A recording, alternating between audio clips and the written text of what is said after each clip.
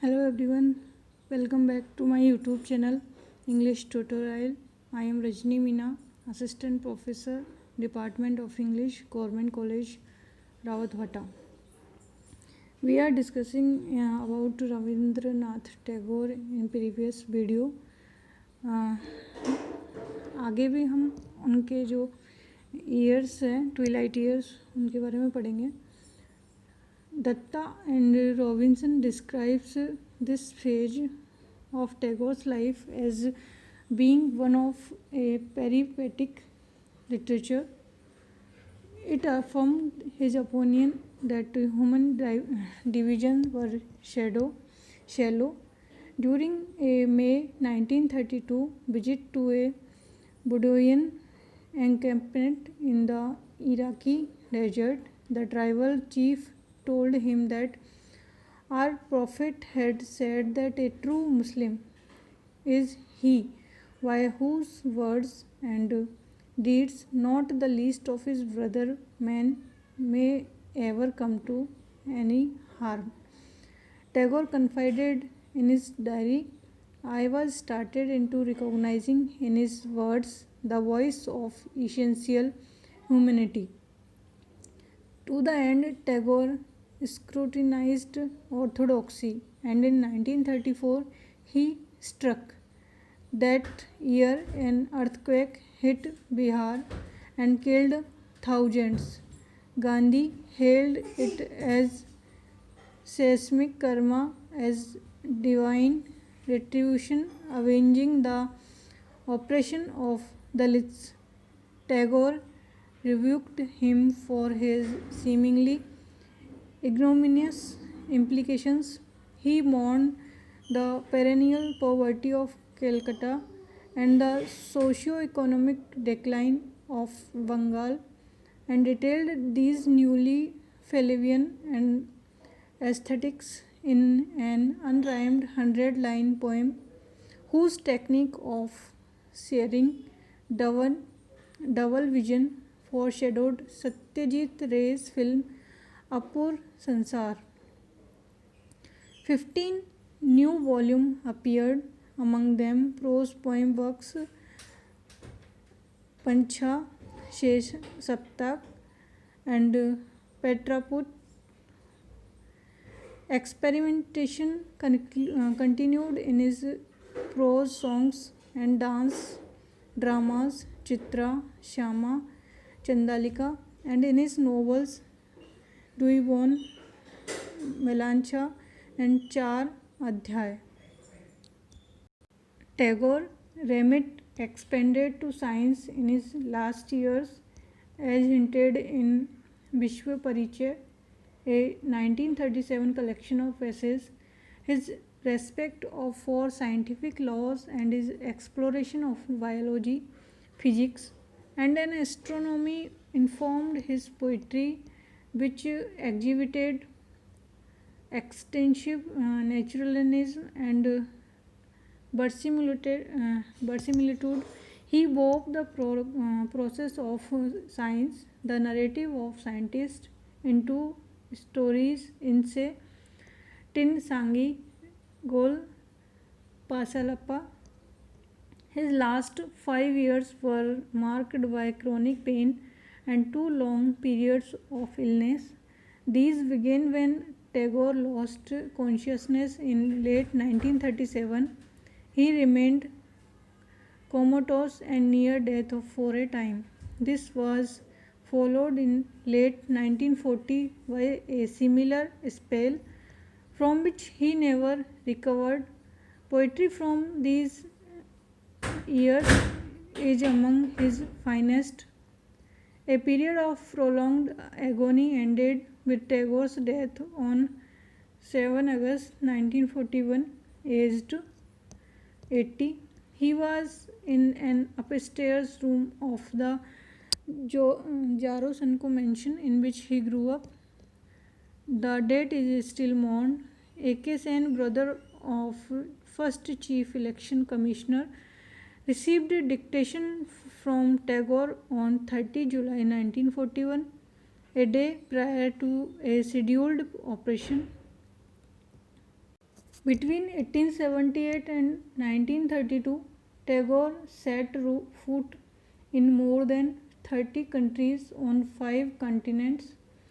In 1912, he took a sheaf of his translated works to England, where they gained attention from missionary and Gandhi proteges Charles F. Andrews, Irish poet William Butler Yeats, Ezra Pound, Robert Bridges, Ernest Rice, Thomas Sturge Moore, and others.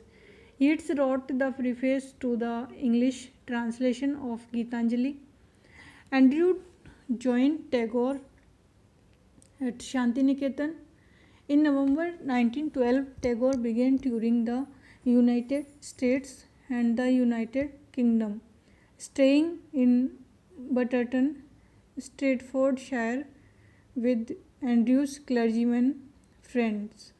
From May 1916 until April 1917, he lectured in Japan and the United States. He denounced nationalism. His essay, Nationalism in India, was scorned and praised. It was admired by Romain Rolland and other pacifists. His works.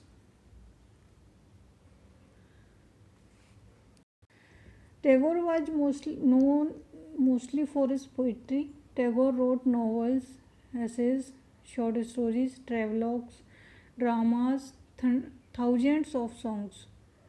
Of Tagore's prose, his short stories are perhaps most highly regarded. He is indeed credited with originating the Bengali language version of the genre. His works are frequently noted for their rhythmic, optimistic, and lyrical nature. Such stories mostly borrow from the lives of common people. Tagore's non-fictional grappled with history, linguistics, and spirituality.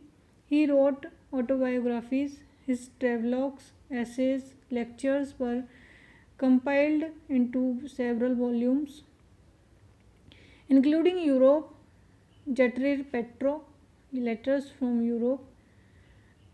His brief chat with Einstein, Note on the Nature of Reality, is included as an appendix to the letter.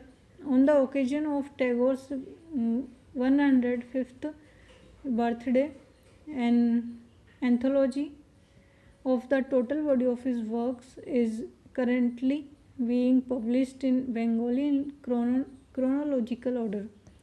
This includes all versions of each work and filled about 80 volumes. In 2011, Harvard University Press collaborated with Vishwa Bharati University to publish the Essential Tagore, the largest anthology of Tagore's works available in English. It was edited by Fakhrul Alam and Radha Chakravarti and marks the 150th anniversary of Tagore's birth. His dramas. He wrote his first original dramatic piece when he was 20. Tagore's experiences with the drama began when he was 16 with his brother Jyotindranath.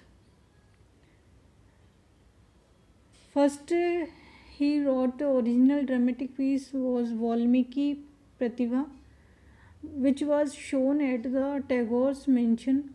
Tagore stated that his works sought to articulate the play of feeling, not of fiction. In 1890, he wrote Visarjan, which has been regarded as his finest drama.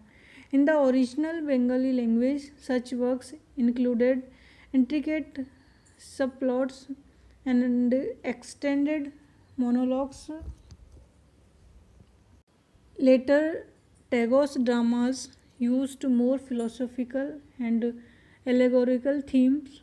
The play Dagghar describes the child Amal defying his stuffy and puerile confines by ultimately fall sleep, hinting his physical death. A story with borderless appeal, gleaning rave reviews in Europe.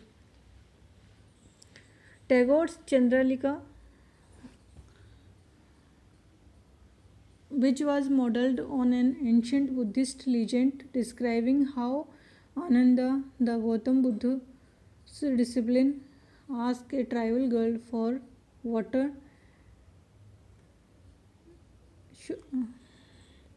His short stories. Tagore began his career in short stories in 1877 when he was only 16 years old with Bikharini, the beggar woman. With this, Tagore effectively invented the Bengali language short story genre. 4 years from 1891 to 95 are known as Tagore's Sadhana period, named for one of the Tagore's magazines. This period was among Tagore's most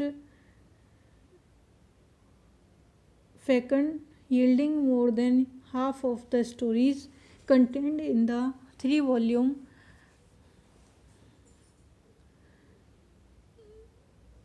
Galpa Kucha, which itself is a collection of 84 stories.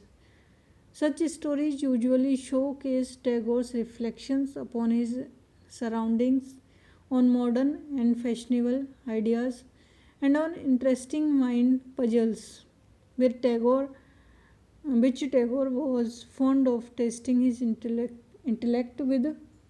Tagore typically associated his earliest stories with an exuberance of vitality and spontaneity. These characteristics were intimately connected with Tagore's life in the common blazes of and among others. His novels. Tagore wrote 80 novels and 4 novellas. Among them, Chaturanga, Shirshar, Kavita, Char Odhyay, Nokadubi, Ger Bhere, The Home and the Word, through the lens of the idealistic Jamidar protagonist Nikhil, excurting rising Indian nationalism, terrorism, and religious zeal in the Swadeshi movement, a frank expression of Tagore's conflicted sentiments. It emerged from a 1914 bout of depression. The novel ends in Hindu Muslim violence and Nikhil's likely mortal wounding. He wrote Chaturanga, Sheshar Kavita, Char Odhyay, Novat Duvi, Gher Vere, and Chokhar Wali. His poetry. Internationally, Gitanjali is Tagore's best known collection of poetry, for which he was awarded Nobel Prize in Literature in 1913. Tagore was the first non-European to receive a Nobel Prize in Literature and second non-European to receive a Nobel Prize after Theodore Roosevelt. Beside Gitanjali, other notable works include Mansi, Sonar Tori, Balaka. Tagore's poetic style, which proceeds from a lineage established by 15th and 16th century Vaishnava poet, ranges from classical formalism to the comic, visionary, and ecstatic. He was influenced by atavistic mysticism of Vyasa and other Rishi authors of the Upanishads and the Bhakti Sufi mystic Kabir and Ram Prasad Sen. Tagore absorbed new poetic concepts which allowed him to further develop a unique identity.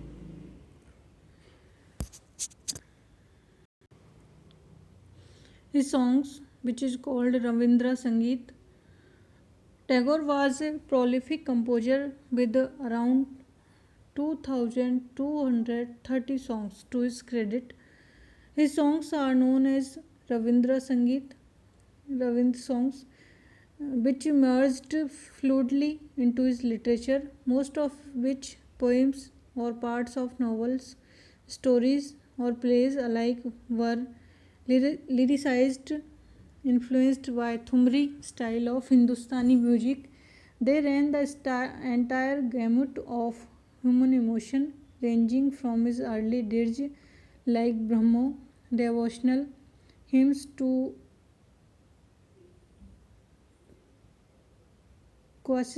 quasi-erotic compositions.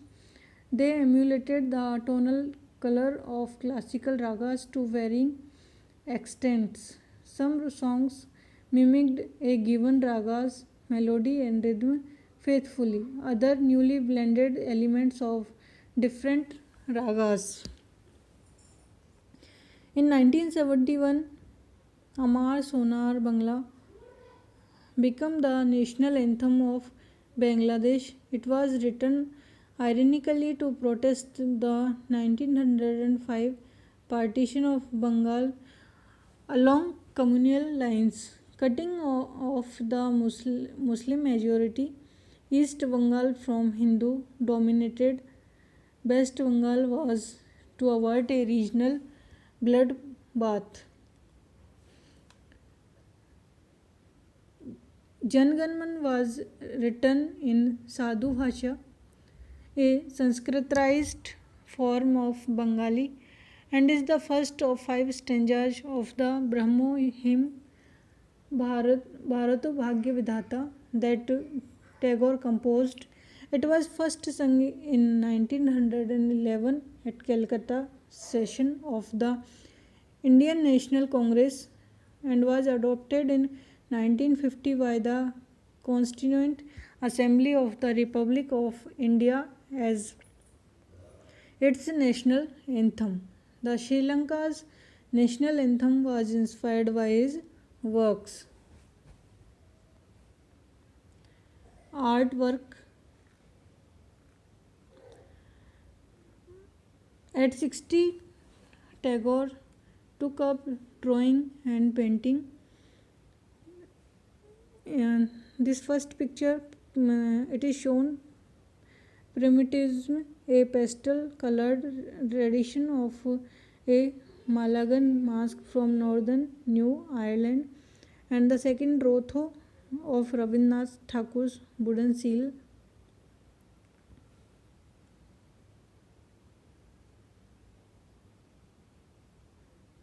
He was likely red-green colorblind, resulting in works that exhibited strange colors schemes and offbeat aesthetics. Tagore was influenced in numerous styles, including Scrimshaw by the Malayan people of northern New Ireland, Papua New Guinea, Haida carving from the Pacific Northwest region of North America, and woodcuts by the German Max Pechstein.